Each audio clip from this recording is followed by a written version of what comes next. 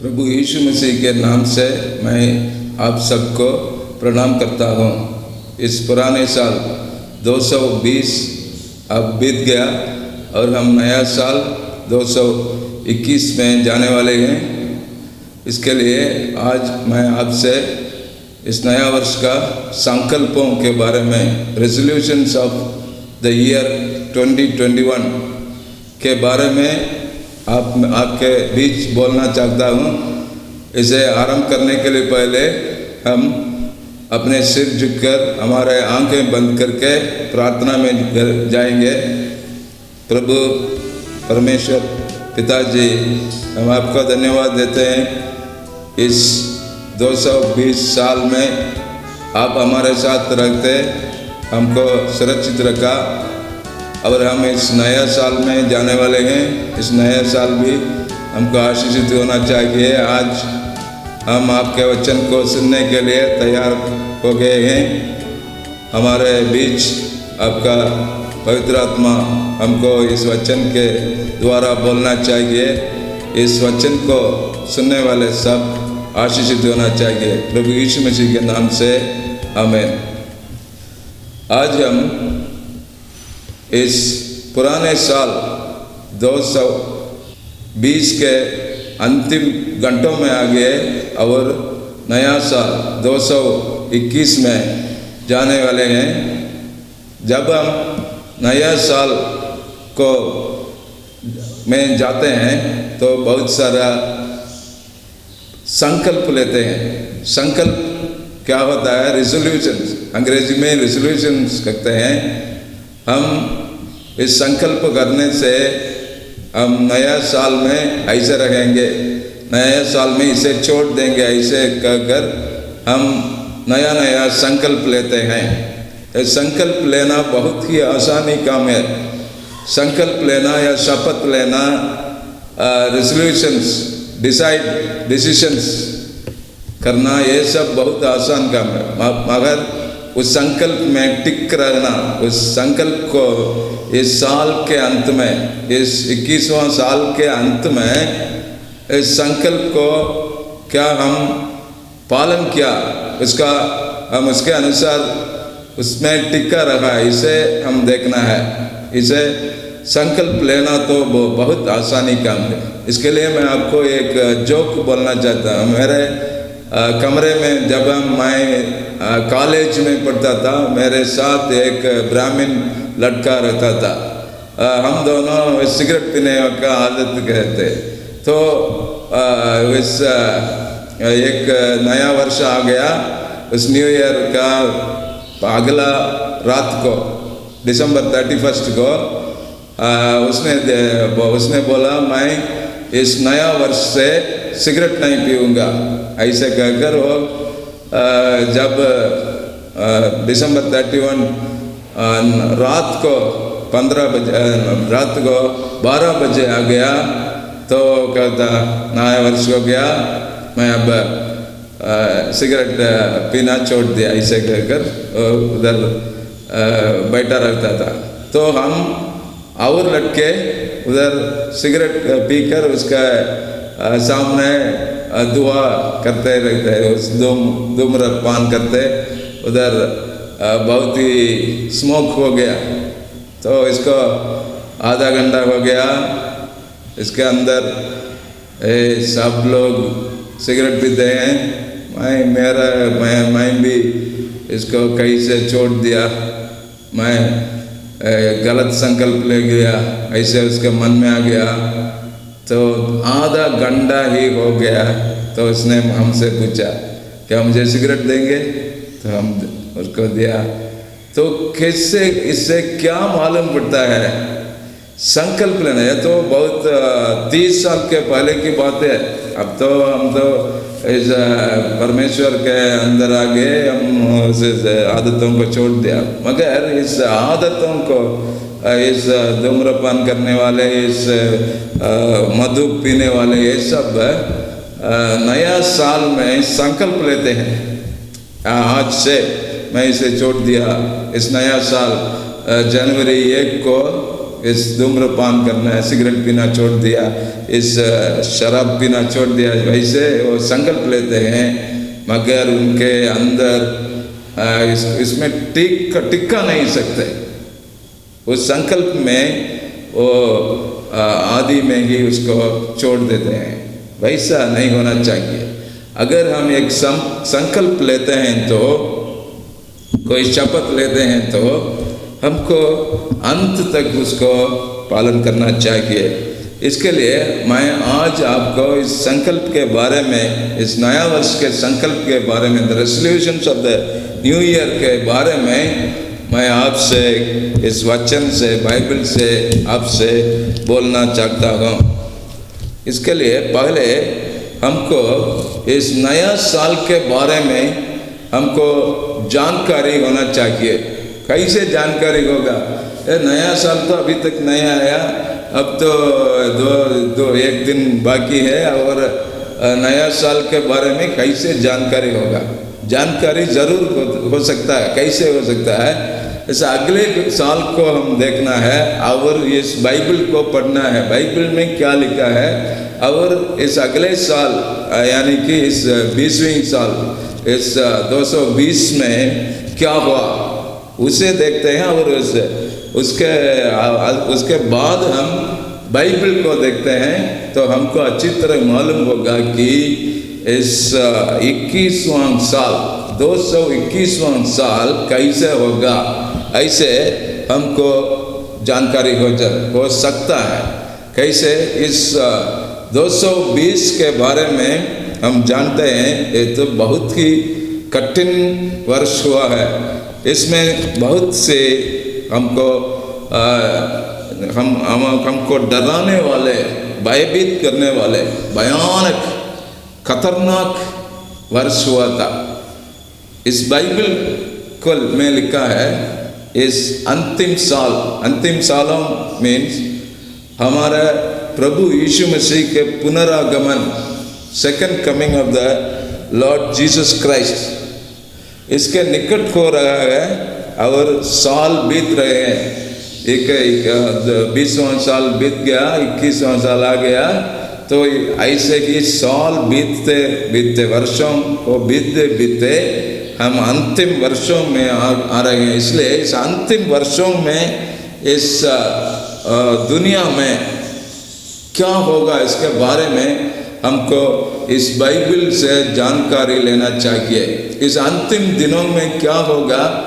प्रभु यीशु मसीह अपने मत्ती रचित सुसमाचार, उसका 24वां अध्याय, और मरकुस रचित सुसमाचार, उसका 13वां अध्याय, और लूका रचित सुसमाचार, इसका 21वां अध्याय, इन तीनों अध्याय में पूरा प्रभु यीशु मसीह इस अंतिम दिनों में, अंतिम सालों में क्या होगा इसके बारे में साफ लिखा है। इसमें लिखा है बहुत ही कठिन समय होगा, बहुत ही संकट होने वाला समय होगा। अंतिम साल आते आते संकट भी बढ़ते जाते हैं।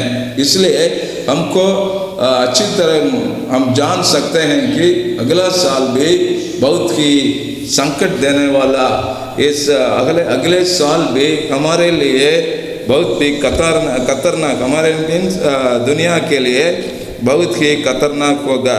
अब मैं आपको इस मत्ती रचित सुसमाचार का 24वां अध्याय में क्या लिखा है इसके बारे में आपको मैं जानकारी के लिए हम मत्ती रचित सुसमाचार उसका 24वां अध्याय 24 उसका 6वां वचन से, मैथ्यू 24:6, तुम लड़ाइयों की चर्चा सुनोगे तो घबरा न जाना, क्योंकि इनका होना आवश्यक है, परंतु उस समय अंत न होगा। क्योंकि जाति पर जाति और राज्य पर राज्य चढ़ाई करेगा, और जगह जगह अकाल पड़ेगा और भूकंप होंगे। इस वचन से हमको साफ मालूम होता है कि अंतिम दिनों में हमको बहुत ही संकट और बहुत ही हमको खतरनाक जीवन बिताना पड़ेगा, क्योंकि इसमें हम देखा युद्ध होगा, जाति और जातियों के बीच झगड़ा होगा, कहीं कहीं भूकंप होगा, कहीं कहीं जगह जगह में अकाल पड़ेगा। और लूका के 21वां अध्याय में लिखा है महामारियों के बारे में। इस महामारी क्या होता है, हमारा इस कोविड-19 इस कोरोना तो महामारी होता है, भूकंप आने वाला है, युद्ध होने वाला है, जाति और जाति के बीच लड़ाई झगड़ा होने का चिन्ह होते हैं, ऐसे प्रभु यीशु मसीह बताया। इसलिए हमको बहुत साफ साफ मालूम होता है कि 21वां साल भी बहुत ही भयानक, खतरनाक और इसमें बहुत संकट होने वाले हैं। मगर इसके बारे में हमको क्या मालूम पड़ता है, प्रभु हमको सलाह देते हैं, बहुत सारा सलाह। क्या सलाह देते हैं ना, इसको हम इस तीनों अध्यायों को देखने में, इसमें मैं इसको लिस्ट किया है, इसमें सावधान रहने के लिए, सचेत रहने के लिए, जागते रहने के लिए, चौकस रहने के लिए बोलते हैं। तो हमको इस घटनाओं को देखने से हमको सावधान रहना चाहिए, सचेत रहना चाहिए, हमको जागते रहना चाहिए, चौकस रहना चाहिए। इससे क्या मालूम पड़ता है, भाई क्या आप रेजोल्यूशन के बारे में बोलने कर अब आप इस संकटों के बारे में बोल रहे हैं, क्योंकि इस संकटों में जब हम आते हैं हमको एक संकल्प लेना चाहिए। क्या संकल्प है ना, हमको चुस्ती रखना चाहिए, हमको आलसी नहीं रहना चाहिए।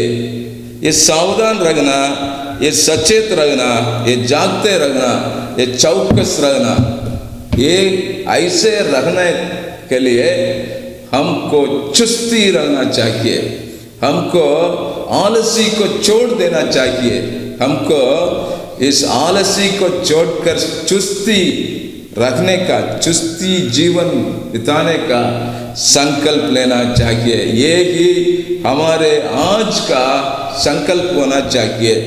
क्योंकि मैं इसके बारे में सोच रहा था, इस नया साल के आने वाला नया साल में क्या बोलना चाहिए, क्या हमारे लोगों को सलाह देना चाहिए।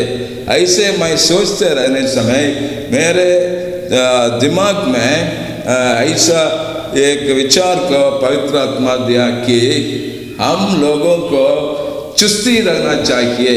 क्योंकि जब हम ऐसे संकटों में आते हैं, ऐसे खतरों में आते हैं, तो हम चुस्ती नहीं रहा। मैं आपको एक वचन को एक प्रश्न पूछना चाहता हूँ। अगर हम इस एक सड़क में जा रहे हैं तो तेजी से एक सर्प आ गया तो तुम क्या करेगा? हम दौड़ जाएंगे, उधर से दौड़ जाएंगे और उस सांप से, उस सर्प से अपने आप को सुरक्षित करने का उपाय देखेंगे। उधर भी हम इस आलसी से ऐसे चल रहे हैं तो वो सांप हमको डस जाएगा और हम मर जाएंगे। अगर हम उस जंगल में एक इस पेड़ पौधे को देखकर बहुत खुश होकर जा रहे हैं, अचानक उधर से एक सिंह आ जाता है, एक शेर, बाघ या एक जानवर आ जाता है, तो क्या आप ऐसे ही चलेंगे? इस पेड़ को पौधे को देखकर आलसी चलेंगे?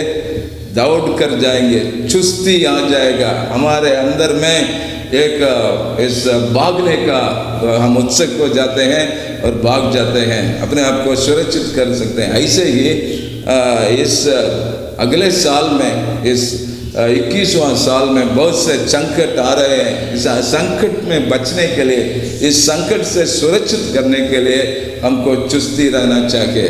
इसको यही पहला संकल्प, एक ही संकल्प हम इस नया साल में लेना चाहिए। क्या संकल्प? मैं चुस्ती रहूँगा, मैं कभी आलसी नहीं रहूँगा, मैं सावधान रहूँगा, मैं सचेत रहूँगा, मैं जागते रहूँगा, मैं चौकस रहूँगा। ऐसे हम संकल्प लेना चाहिए। सब इस चुस्ती के अंदर ही आता है। अगर हम आलसी हो जाएंगे तो हम सावधान नहीं रहेंगे। अगर हम आलसी हो जाएंगे तो सचेत नहीं रह जाएंगे। अगर हम आलसी हो जाएंगे तो चौकस नहीं रहेंगे। अगर हम आलसी हो जाए तो जागते नहीं रहेंगे, हम सो जाएंगे। इसलिए हमको एक दृढ़ संकल्प लेना चाहिए, इस 21वां वर्ष में मैं चुस्ती रहूँगा, मैं कभी आलसी नहीं हो जाऊँगा। तो इस आलसी के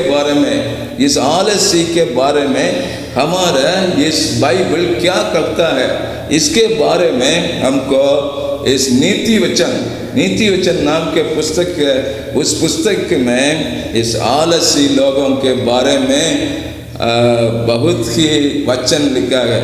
इस वचन में हम थोड़ा सा कुछ वचन पढ़ेंगे और हमारे जीवन को उसके भिन्न इस आलसी से हम बाहर आकर हम बहुत ही चुस्ती से रहना चाहिए।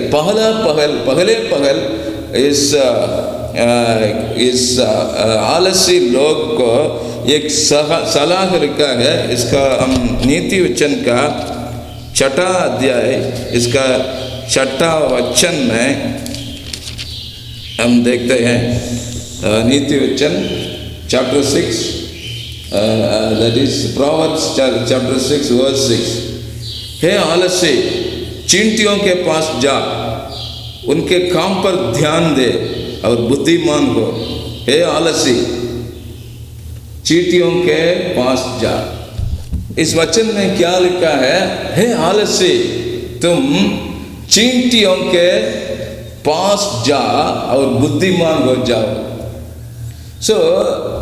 इस चुस्ती के लिए इस आलसी आदमी को ये क्या सलाह मिलता है? तुम एक छोटी सी चींटी एंट, उसके पास जाओ और देखो वो क्या कर रहे हैं। और उसके अगले वचन में क्या लिखा है? उनके न तो कोई न्यायी होता, न प्रधान, न प्रभुता करने वाला, तो भी वे अपने आहार दुख काल में संचय करते हैं और कटनी के समय अपन भोजन बटोरती हैं। चींटी के बारे में क्या लिखा? चींटियों के बारे में उनका कोई नेता नहीं होता, कोई उनको चलाने वाला नहीं होता, उनका अगुवाई करने वाला नहीं होता, मगर भी वो धूप के समय वो अपने खाद्य पदार्थों, खाने वाले पदार्थों को इकट्ठा करता है। और कटनी के समय भी वहाँ जाकर खेत में जाकर खाने वाले उस चीज़ों को लेकर अपने घर में रखता है।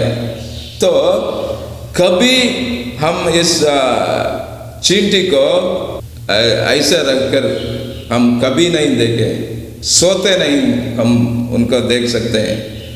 तो इस चुस्ती में ही रखते हैं, कामकाज करते रहते हैं। वैसे ही इस आलसी लोगों को सलाह देता है, परमेश्वर सलाह देते हैं, इस नीति वचन के द्वारा सलाह देते हैं। ये आलसी, तुम चींटियों के पास जाकर उससे तुम बुद्धिमान बन जाओ, क्योंकि तुम में कोई बुद्धि नहीं है, तुम बुद्धि रहित हो, इसलिए तुम आलसी हो। तो तुम उस चींटियों के सामने खड़े होकर उनके आने जाने को देख के तो तुमको बुद्धि आ जाएगा। मैं भी ऐसा रहना चाहिए। मैं उसके अगले वचन में क्या लिखा है? इस नीति वचन 6ठा अध्याय उसका 9वां वचन। हे आलसी, तुम कब तक सोता रहेगा? तेरी नींद कब टूटेगी? कुछ और सो लेना, थोड़ी सी नींद, एक और झपकी, थोड़ा और छाती पर हाथ रखे लेट रहना। तो इसमें हम देखते हैं इस आलसी का आदत क्या है। इस आलसी लोग का आदत हमेशा सोते रखते हैं, हमेशा सोते रहते हैं, हमेशा खाते रहते हैं, हमेशा बोलते रहते हैं, हमेशा मोबाइल देखते रहते हैं, टीवी देखते रहते हैं, सिनेमा देखते रहते हैं। इससे हमको साफ साफ मालूम पड़ता है इस आलस की आदत हमको कैसे आता है? सोने से आता है। कुछ और सो लेना, थोड़ी सी नींद, एक और झपकी, थोड़ा और छाती पर हाथ रख के लेटे रहना। हमको इस सुबह सुबह उठना चाहिए। इस आलसी लोग क्या करते हैं? कुछ और देर नींद, कुछ और देर सो जाऊंगा, मेरा छाती में हाथ रखकर ऐसे आराम से सो रहेगा। इस बेड में ही, उस भीतर में, इसमें भी रहकर हम चाय पिएंगे, वैसे उस मोबाइल को ऐसे देखने लगेंगे। हाँ, क्या हो, इस अखबार इसमें ही लेटकर, इस बेड में ही लेटकर अखबार पढ़ते हैं। वैसे समय बीत जाता है, आलसी आ जाता है। इस कैसे आरंभ होता है उसको छोड़ देना चाहिए। हमको उस बेड से छटक से उठकर बाहर आना चाहिए, नहाना चाहिए, हमारा चेहरा को नहाना चाहिए, हमारा बाथरूम जाना चाहिए। ऐसे हमारे आदत आलसी को छोड़ देना चाहिए। अगर आलसी हमारे अंदर आ जाता है तो हम परमेश्वर के प्रिय नहीं होते हैं, क्योंकि आलसी लोगों को इसमें बहुत से धमकाए देने वाले वचन बहुत सारे लिखे। मैं एक को उस आलसी लोगों के बारे में और कुछ बोलना चाहता हूँ। और इस नीति वचन के 26वां अध्याय में भी 16 और 15 इस तीनों वचन में भी इस आलसी लोगों के बारे में लिखा है। मैं उनसे पढ़ रहा हूँ। आलसी कहता है, मार्ग में सिंह, चौक में सिंह, जैसे किवाड़ अपनी चूल पर घूमता है, वैसे ही आलसी अपने खाट पर करवटें लेता है। आलसी अपने हाथ ताली में तो डालता है, परंतु आलस के कारण मुंह तक नहीं उठाता। इस तीनों वचन में हम क्या देखते हैं? इस आलसी लोग कब उनको एक काम देते हैं तो इस काम मैं नहीं कर सकता। इसमें लिखा है, वो कभी कभी बोलेगा, वो कहता है हम इस सड़क में सिंह आ जाएगा, चौक में सिंह आ जाएगा। वो अगर अपने किवाड़ अपने चूल पर घूमता है, जैसे झूमता है, वैसे ही आलसी अपने काट पर कटवतें लेता है। जैसे इस किवाड़, ये दरवाजा इस कील में उधर इधर चलता है, वैसे ही वह काट में करवटें बदलते वैसे ही रखता है। और इसमें और भी एक बात लिखा है, इस आलसी अपने थाली में हाथ डालकर वो चना को लेता है, उस खाने वाले पदार्थ को लेता है, मगर मुख तक नहीं देता उसको। बहुत ही आलसी आ जाता है और उसे छोड़कर फिर नींद में आ जाता है। इस आलसी लोग बहुत ही सोते हैं, बहुत ही खाते हैं, बहुत ही बोलते हैं और बहुत ही देखते हैं। क्या देखते हैं? मोबाइल देखते हैं, अखबार देखते हैं, टीवी देखते हैं।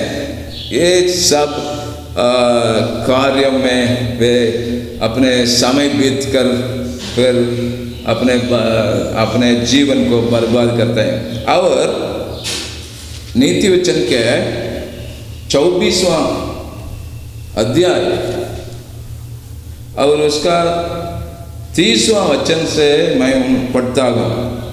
मैं आलसी के खेत के पास से और निर्बुद्धि मनुष्य के दाख की बारी के पास से होकर जाता था, तो क्या देखा कि वहाँ सब कहीं कंटीले पेड़ भर गए और वह बिच्छू पौधों से ढके गई है और उसके पत्थर का बाड़ा गिर गया है। तब मैंने देखा और उस पर ध्यानपूर्वक विचार किया। हाँ, मैंने देखकर शिक्षा प्राप्त की। छोटी सी नींद, एक और झपकी, थोड़ी देर हाथ पर हाथ रखे और लेट रहेंगे। तो इन वचनों से हमको मालूम पड़ता है इस नीति वचन को लिखने वाला एक दिन एक आलसी के खेत के सामने, इस आलती के खेत के पास और निर्बुद्धि मनुष्य के दाग की बारी के पास से होकर गया। तो आलसी लोगों को निर्बुद्धि मनुष्य इसमें लिखा है। इनके खेत और उनके दाख की बारी के पास होकर गया तो देखा कि कंटीले पेड़ भर गए थे। किसी भी खेत में कंटीले पौधे और पेड़ रहते हैं तो उसको काट देना, उसको हमको उसे निकाल देना चाहिए, नहीं तो पौधा फसल नहीं देगा। तो इस आलसी आदमी ऐसे उस खेत को छोड़ दिया। इस खेत के बारे में मैं आपको एक और बहुत ही अर्थ देना चाहता हूँ। वो खेत और ये इस खेत के बारे में क्या करते हैं, इस खेत हमारे मन जैसा होता है, हमारे हृदय जैसा होता है। अगर हम आलसी होंगे तो हमारे हृदय में से बहुत से बुरा विचार पैदा होते हैं, पेड़ जैसे वे हो जाएंगे। और हम आलसी रहेंगे तो उसको छोड़ देंगे और वो पौधा नहीं है, वो पौधा हमारा अच्छा विचार है, ये सब हमारा अच्छा चिंता, उसको ये बुरा चिंता ऐसे हमला करता है और फसल नहीं देता है। तो हम इस आलसी लोग के खेत उसे वे देखभाल नहीं करते, क्योंकि ये तो सोना चाहते हैं। इसमें लिखा है थोड़ी सी और मैं नींद करूँगा, थोड़ी सी और झपका में मैं बनना, हाथ में हाथ जोड़ रख के मैं ऐसे मेरे काट में रहूँगा। ऐसे करने वाले लोग अपने खेती बारे में, अपने उस दाख का की बारी के पास भी नहीं जाते, वे उधर अपने काट में ही लेट जाते हैं और पेड़ पौधा उधर पैदा होते हैं। अगर हम इस एक लैंड को, एक ज़मीन को हम साफ रखे, उसमें सब पौधों को, कंटीले पेड़ों को हम दूर करके उसमें हम उसे साफ कर देते हैं और एक महीने चले जाते हैं तो हमको फिर आके देखें तो उसमें अपने आप की बहुत सारा कंटीले पौधे उत्पन्न होते हैं, कंटीले पेड़ उत्पन्न हो जाते हैं। वैसे ही हम अगर हमारे हृदय को वैसे की वैसे छोड़ देते हैं तो इसमें बहुत सारा बुरा विचार, इस शैतान बुरा विचार का पौधों का बीज बोता है। इससे हमें और भी कंटीले पौधों का उत्पन्न हो जाते हैं। और इसमें एक भी और भी लिखा है, इनका वो बिच्छू पौधों से ढंक गई है और उसके पत्थर का बाड़ा गिर गया है। तो इस गार्डन के में एक बाड़ा रखते हैं, उस पत्थर के बाड़ा वो गिर जाते हैं। इसमें से हम जान सकते हैं उस जमीन सुरक्षित नहीं है, क्योंकि उसका पत्थर का बाड़ा गिर गया है। तो इस आलसी मनुष्य अगर वो चुस्ती वाला होता तो उधर जाके उस गिरे के पत्थरों को फिर उधर डालकर अपने उस पत्थर के बाड़ को फिर से वो अच्छा करता है तो वो सुरक्षित हो जाता है। तो इस आलसी मनुष्य अपने आप को बिगड़ने के लिए छोड़ देते हैं, बेकार हो जाता है। तो हम क्यों इस नए वर्ष में एक संकल्प लेना है, हमको चुस्ती बनना है, हमको कामकाज रहना चाहिए, क्योंकि हमारा हृदय अगर हम वैसे की वैसे छोड़ देंगे तो उसमें बुरा चिंता पैदा हो जाता है।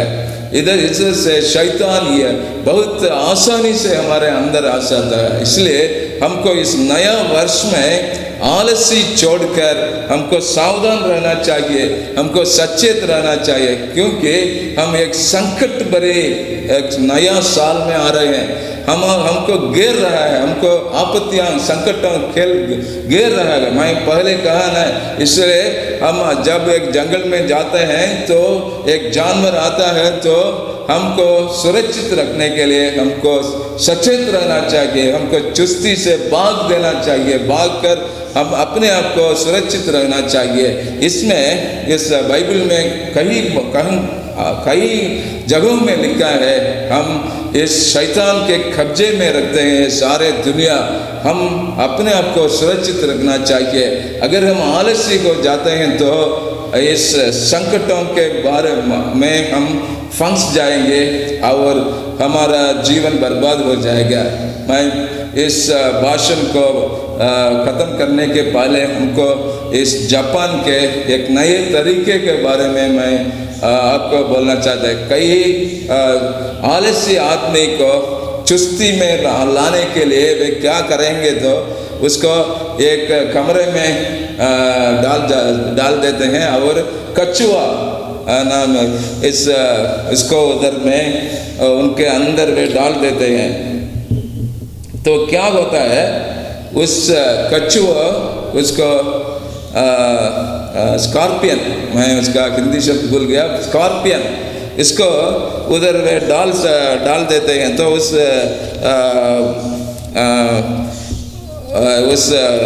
स्कॉर्पियंस उसको काटने लगते हैं। इस स्कॉर्पियन उसको काटने से उसको क्या होता है, वो उसमें चुस्ती आ जाता है। उसमें चुस्ती आने से वे क्या करते हैं, वे बिच्छू, कछुआ नहीं बिच्छू, सांप और बिच्छुओं के बीच में इस आदमी को डाल देते हैं।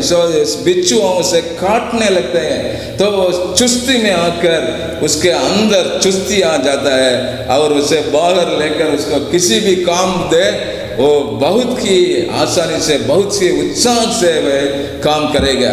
इसलिए कि इस बाइबल में हम बड़े बड़े प्रभु के आदमियों को देखे हैं, वे कठिनाइयों में जाते हैं, चाहे मूसा हो या दाऊद हो या नहीं तो हमारे प्रभु यीशु मसीह हो, उनके चेला हो, प्रेरितों हो, सब लोग कठिनाई में क्यों होते हैं। अय्यूब हो, सब दानियल हो, क्यों कठिनाइयों में लगते हैं ना।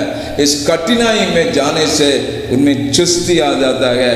इसलिए हमारे पहला काम हम क्या करना है, इस चुस्ती के लिए हमें पहला क्या काम करना है सर, सब समय हमेशा प्रार्थना करना है। प्रभु यीशु मसीह उनके चेलों से बताया, 1 घंटे तुम जाकर प्रार्थना नहीं कर सकते, तुम प्रार्थना नहीं करेगा तो तुम परीक्षा में गिर पड़ेगा और तुम्हारा जीवन बर्बाद हो जाएगा।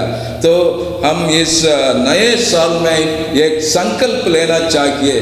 क्या संकल्प है कि हम प्रार्थना में चुस्ती रहना चाहिए। हम हमेशा प्रार्थना में हम चुस्ती रहेंगे तो हमारा जीवन भी चुस्ती हो जाएगा, हमारा जीवन भी कामकाज हो जाएगा, आलसी हमसे उठ जाएगा, हमारा आलसी हमसे निकल जाएगा। अगर हम प्रार्थना करने में आलसी हो जाएंगे तो हमारा सारा जीवन आलसी में हो जाएगा। इसलिए हमको दृढ़ संकल्प लेना चाहिए। इस साल में मैं प्रार्थना में मैं कभी नहीं, मेरा कम नहीं होगा। और इस वचन को पढ़ने में मैं कभी आलसी नहीं होगा और दूसरों से हमारा सुसमाचार कहने में मैं कभी आलसी नहीं होगा। ऐसे कर हम अच्छा कामों करने के लिए मैं इस कलीसिया के कामों में मैं आलसी नहीं होगा। ऐसे हम संकल्प करेंगे तो हम चुस्ती में हो जाएंगे और कभी हमको हमारे जीवन में ऐसा नहीं होगा। आखिरी मैं एक बार मैं आपको बोल कर आपके में कर मैं इस भाषण को ख़त्म करना चाहता हूँ। इस पत्रस हमारा प्रेरित पत्रस रचित सुसमाचार का पत्री, इसका पहला पत्री, इसका 5वां अध्याय, इसका 8वां वचन मैं पढ़ता हूँ। सचेत हो और जागते रहो, क्योंकि तुम्हारा विरोधी शैतान गरजने वाला सिंह के समान इस खोज में रखता है कि किसको फाड़ खाए। इसलिए कि हमको बहुत ही सचेत रहना चाहिए, क्योंकि इस शैतान जो गरजते के सिंह के समान वैसे उधर वो घूम रहा है, तो हमको बहुत ही सचेत रहना चाहिए। हमको आलसी में कभी नहीं होना चाहिए। तो इस नए साल में एक संकल्प लेंगे, हम कभी आलसी नहीं होंगे। हम प्रार्थना में जाएंगे, अपने आंखें बंद करके हम प्रार्थना करेंगे। प्रभु, हम आपको धन्यवाद देते हैं। इस नए साल में हम जाने वाले हैं। इस नया साल में हम लोग इस संकल्प लेते हैं। इस संकल्प के बारे में हम देखा है प्रभु, इस संकल्प में हमको टिका रहना चाहिए। इस आपको सलाह हमको मिला। इस नए वर्ष में हमको चुस्ती में रहना चाहिए, सचेत रहना चाहिए, सावधान रहना चाहिए। इसलिए चौकस रहना चाहिए, क्योंकि ये संकट वाले दिन आ रहे हैं, वर्षों आ रहे हैं, आखिरी दिनों में हम हैं। आपका पुनरागमन बहुत ही निकट हो गया। इसलिए हम देखा बहुत ही संकट हमारे जीवन में आने वाले हैं। हम भी इसमें सचेत रहना चाहिए। प्रार्थना करने के लिए हमको उत्साहित करना चाहिए। आपके पवित्र आत्मा हमें उत्साहित करना चाहिए। इस प्रार्थना के बिना कभी लोग नष्ट हो रहे हैं। हमेशा हमको इस बाइबल में सलाह मिलता है। हमको अगर अक्सर प्रार्थना में रहना ही चाहिए। अगर प्रार्थना में नहीं है तो हम आलसी बन जाते हैं। इस प्रार्थना करने में आलसी बन जाते हैं तो हमारा जीवन भी आलसी हो जाता है और हम बहुत ही इस संकटों में फंस जाते हैं। प्रभु, हमको प्रार्थना करने के एक आत्मा देने के लिए हम आपसे विनती करते हैं। इस वचन को सुनने वाले भी आपसे प्रार्थना करने में टिका रखने के लिए, संकल्प लेने के लिए आज का दिन हम संकल्प लिए। प्रभु, हमको इस संकल्प का इस दिसंबर का 31वां दिन 2021 में दिसंबर 31 तक इस संकल्प में दृढ़ रहने के लिए हमको अनुग्रह देने के लिए हम आपसे विनती करते हैं। इस नए साल में सब लोग बहुत ही खुश रहने के लिए इस संकट के बीच में आपका वचन हमको आश्वासन देता है। मैं आप लोगों को विश्राम दूंगा। मैं आप लोगों को आराम दूंगा। मगर इस संकट के बीच में भी हमको आराम आपके वचन से मिलता है, आपके संगति से हमको विश्राम मिलता है। इसके लिए हम धन्यवाद देते हैं। इस विश्राम को, इस शांति को, इस चैन शांति को सब लोगों को देने के लिए मैं आपसे विनती करता हूँ। बीमारी से दूर होने के लिए मैं आपसे विनती करता हूँ। इस सब लोग इस महामारी से बचने के लिए, इस आने वाले संकटों में बचकर उनके परिवार के लोग, बच्चे लोग इस महामारी से बचने के लिए, सुरक्षित रहने के लिए मैं विनती करता हूँ। सबको आशीष दे प्रभु यीशु मसीह। पवित्र आत्मा सब लोगों को इस संकल्प को पालन करने के लिए, इस शपथ को अपने अंतिम दिन तक रखने के लिए उन लोगों को अनुग्रह देने के लिए मैं प्रार्थना करता हूँ। ये सब प्रभु यीशु मसीह के नाम से मांगते हैं। आमीन।